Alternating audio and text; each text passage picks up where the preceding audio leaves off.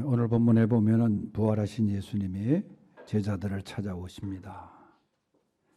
그리고 제자들에게 축복, 은혜를 주십니다.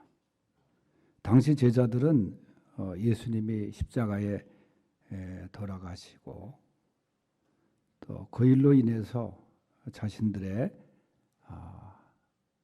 신변에 또 위협도 느끼고, 예수님의 제자들인데 당시 로마 군병들, 또 유대인들의 그 종교 지도자들, 그들에 의해서 예수님이 십자가를 지시고 돌아가셨는데 자신들에게도 그러한 위협이 오지 않을까. 그래서 숨을 죽이면서 깊은 곳에 숨어 지내고 있었습니다. 문도 걸어 잠그고, 그런데 그 문을 통과하시고 주님이 오셔서 가운데 서서 말씀하신 내용, 오늘 이 말씀이 오늘 본문에 담겨 있는데, 이 부활의 주님이 제자들에게 오셔서 주신 은혜, 오늘 그 주님이 똑같이 오늘 우리에게도 오셔서 이 은혜를 주시는 줄로 믿으시기 바랍니다. 첫째가 무슨 은혜냐? 평강의 은혜입니다. 따라하겠어요. 평강의 은혜. 다 같이 19절을 우리가 목소리를 다 내서 읽겠습니다. 19절 시작. 이날 곧 안식 후 첫날 저녁 때에 제자들이 유대인들을 두려워하여 모인 곳에 문들을 닫았더니 예수께서 오사 가운데 서서 이르시되 너희에게 평강이 있을지어다. 아멘. 우리 21절도 다시 한번 읽겠습니다. 21절 시작. 예수께서 또 이르시되 너희에게 평강이 있을지어다. 이 아버지께서 나를 보내신 것 같이 나도 너희를 보내노라. 아멘. 이게 예수님께서 두 번 제자들에게 말씀하신 은혜가 뭐냐? 너희에게 평강이 있을지어다. 그랬습니다. 너희에게 평강이 있을지어다. 다른 말로 얘기하면 너희에게 평화가 있을지어다. 불안과 공포에 사로잡혔던 그 제자들에게 주시는 말씀이 첫째가 평강입니다. 이 평강이란 말은 이스라엘 사람들의 인사이기도 했어요. 샬롬 하는 그 인사. 제가 오래전에 처음 이제 마지막 그 성지 순례를 갔던 기억이 있는데, 그 예루살렘에 이스라엘 사람들 만나면 우리가 안녕하세요 하는 식으로 그냥 샬롬 하면 다 끝나는 거야. 말을 몰라도 그냥 샬롬 하면 그들도 샬롬. 그게 응답이야. 그 샬롬이 평화 아닙니까? 평화. 이 평화가 어떤 평화냐? 어떤 무력으로 의해서 조성된 것도 아니고 억지로 만든 것도 아니고, 이건 하나님이 주시는 평강, 하나님이 주시는 평화, 그걸 말하는 거예요. 그래서 예수님이 첫 번째 은혜를 주신 게 뭐냐? 너희에게 평강이 있을지어다. 너희에게 평강이 있을지어다. 제자들이 얼마나 두려웠겠어요. 예수님이 이스라엘의 왕으로 오시는 줄 알았던 제자들이었잖아요. 그런데 그 예수님이 고난의 예수님이 되고 십자가를 지시고 돌아가시지 않았어요.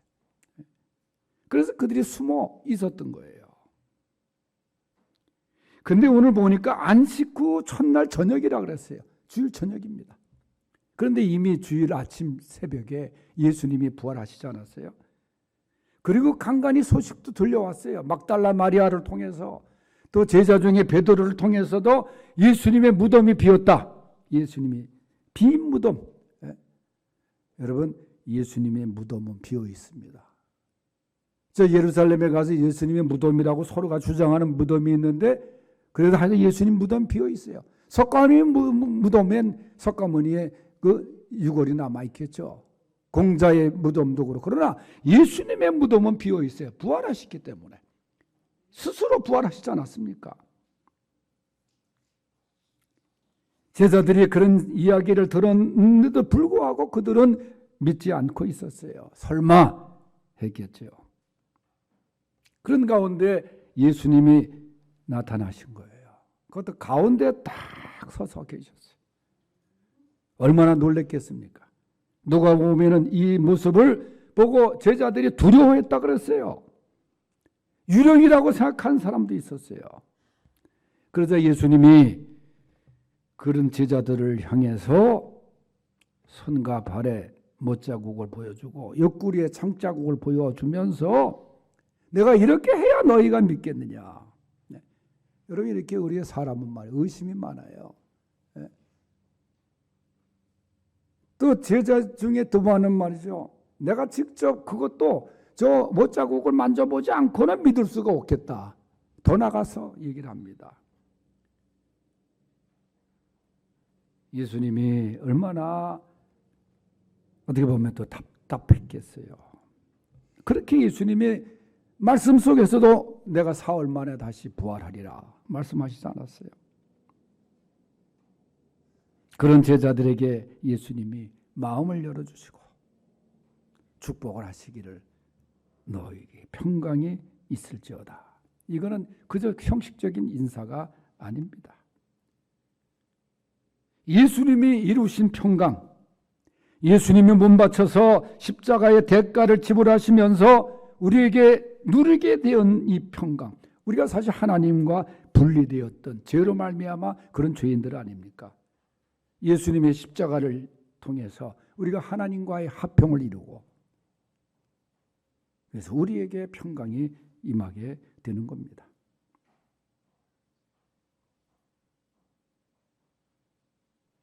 예수님이 이 못자국, 이 창자국을 보아라. 내가 다 이루지 않았느냐. 이제 너희들 걱정할 필요가 없다. 평안이 너희 것이다. 나와 같이 부활의 샬롬, 이 평화를 경험할 것이다. 이것이 복음이에요.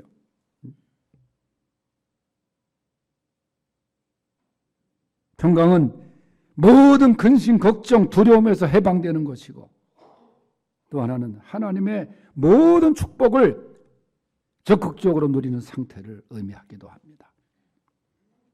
부활의 은혜, 부활하신 예수님께서 첫 번째 우리에게 주시는 이 샬롬, 평강의 은혜가 여러분 가운데, 여러분의 가정 가운데, 여러분의 삶 속에 임하기를 간절히 축원합니다. 두 번째 주님이 주신 은혜는 사명의 은혜예요. 21절 다 같이 한번 읽어보겠습니다. 시작. 예수께서 또 이르시되 너희에게 평강이 있을지어다. 아버지께서 나를 보내신 것 같이 나도 너희를 보내노라. 아멘. 예수님은 나를 보내신 이는 성부 하나님이라고 그랬어요. 예수님은 성부 하나님으로부터 사명을 받고 이 세상에 오셨어요. 그 사명이 뭐냐? 따져보면 예수님은 세상에 오신 목적이 죽으러 오신 거예요. 십자가를 지러 오신 거예요. 그래야만 인간이 구원을 받을 수 있기 때문에.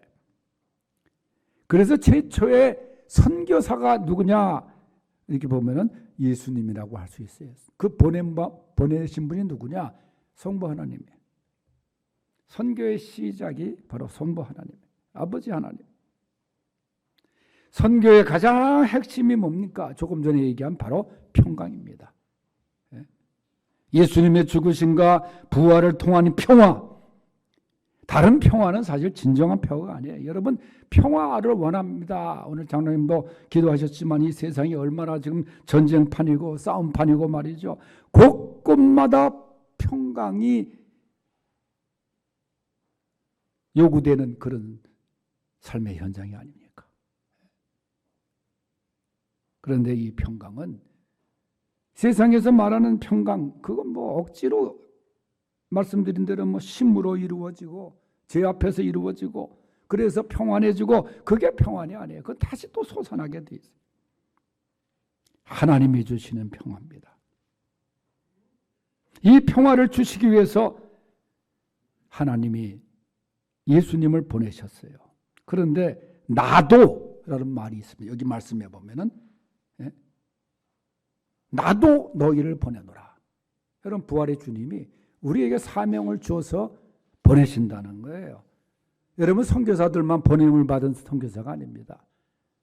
우리 모두에게 보낸다 그 말이에요. 세상을 향해서 너의 일터로, 너의 삶의 현장으로 나도 너를 보낸다는 거예요. 물론 우리는 정말 보냄을 받은 선교사들이, 안태웅 선교사가 저한테 이제 꼭 와서 집회를 좀 해주십시오. 그래요. 날짜를 그때 그 나라가 쉬는 날이기 때문에 와서 꼭 수지강성교회가 보낸 선교사인데, 여러분 안태현 선교사가 원래 선교를 하다가 후원교회가 끊어지고 서울 영락교회에서 하다 끊어지고 아프리카 선교를 꿈을 꾸고 기도하는 가운데서, 그러니까 다시 본국에 와가지고, 난 선교사인지도 몰랐죠. 학교 다닐 때 나랑 차이가 있으니까 막 얼굴도 안 본 적도 없고 같은 안씨라도 친척도 아니고, 근데 교회 앞을 이렇게 지나가다가 날 보더니 인사를 하고 들어왔어요. 그래서 우리 교회랑 인연이 된 거야. 지나가다 저 쓰레기통 앞으로 지나가다가 날 보고 인사를 하길래 자기가 아프리카 선교에 지금 꿈을 꾸고 있습니다. 그래서 우리가 그때 교인들, 여기 뭐 거의 다 했지만은, 그때 교인들이 같이 기도하면서 우리가 파송합시다. 그래서 파송한 데가 차드 아닙니까? 차드. 그 가난한 나라 차도공화국.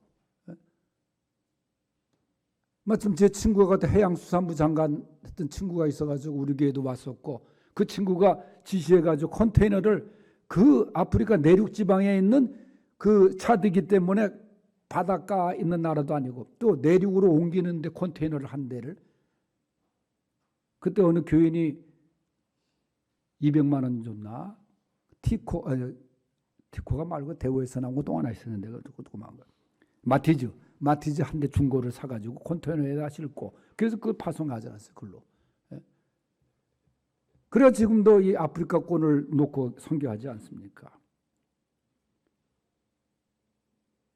그렇게 가서 선교하는 열정적인 선교사들, 우리 교단만 해도 몇만 명이에요. 그런 사람들이. 어떤 사람은 말이죠, 의사생활 다 접고 거기 가서 의료 선교하는 사람도 있고. 대단합니다. 그게 보냄을 받은 사명이 있다는 거죠. 다 우리에게 주님이 나도 너희를 보내노라가, 너희가 다 우리들이에요. 제외된 사람은 한 사람도 없어요. 보내는 선교사가 또 선교사거든. 주신 사명 다 우리에게 있습니다. 그러니까 주님이 우리에게 주신 은혜가 이 사명의 은혜야. 우리 잘 그 사명을 감당할 수 있는 우리 모두가 될 수 있기를 바랍니다. 세 번째 은혜가 성령의 은혜입니다. 성령의 은혜. 22절 다 같이 읽겠습니다. 시작. 이 말씀을 하시고 그들을 향하사 숨을 내쉬며 이르시되 성령을 받으라. 아멘. 성령을 받으라. 여러분, 제자들이 3년간 예수님을 따라다니면서 열심히 배웠어요.